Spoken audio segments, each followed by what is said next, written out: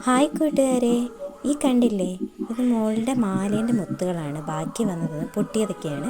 ഇതുകൊണ്ട് നമുക്ക് ഒരു നല്ല കമ്മലുണ്ടാക്കാം. ഇതാണ് പഴയൊരു മാലയാണ് കേട്ടോ.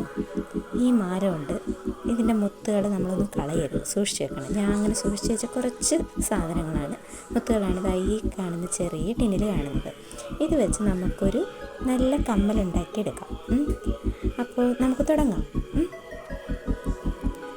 ഇത് 2 റിങ്ങുകളാണ്. ഒന്ന് ഓൺലൈനിൽ സെർച്ച് ചെയ്താൽ കിട്ടും ഇതുപോലത്തെ റിങ്ങുകൾ. അത് പാക്കറ്റായിട്ട് കിട്ടാവുന്നതാണ്. ഗോൾഡിൻ്റെ ഉണ്ട്, സിൽവറിൻ്റെ ഉണ്ട്. ഇതിപ്പോൾ ഞാനിപ്പോൾ ഈ ഉണ്ടാക്കാൻ എടുക്കുന്നത് ഗോൾഡാണ്.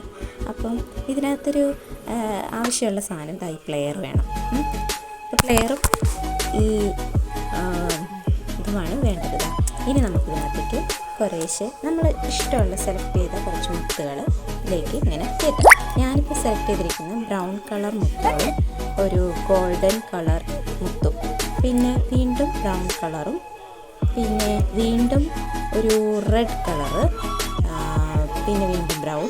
അങ്ങനെ ഞാനൊരു ഇത്ര മുത്തുകൾ സെലക്ട് ചെയ്ത് ഉണ്ടാക്കിയെടുക്കുന്നൊരു കമ്മലാണ് കേട്ടോ. അപ്പം നമുക്ക് ഇതുപോലെ ചെയ്ത് വെക്കണം. എന്നിട്ട് ഇതിനകത്തേക്കൊന്ന് പ്ലെയർ വെച്ചൊന്ന് വളച്ചു കൊടുക്കുക. അപ്പോൾ കമ്മൽ റെഡിയായി. എങ്ങനെയുണ്ട് ഗൈസ്? സൂപ്പറല്ലേ?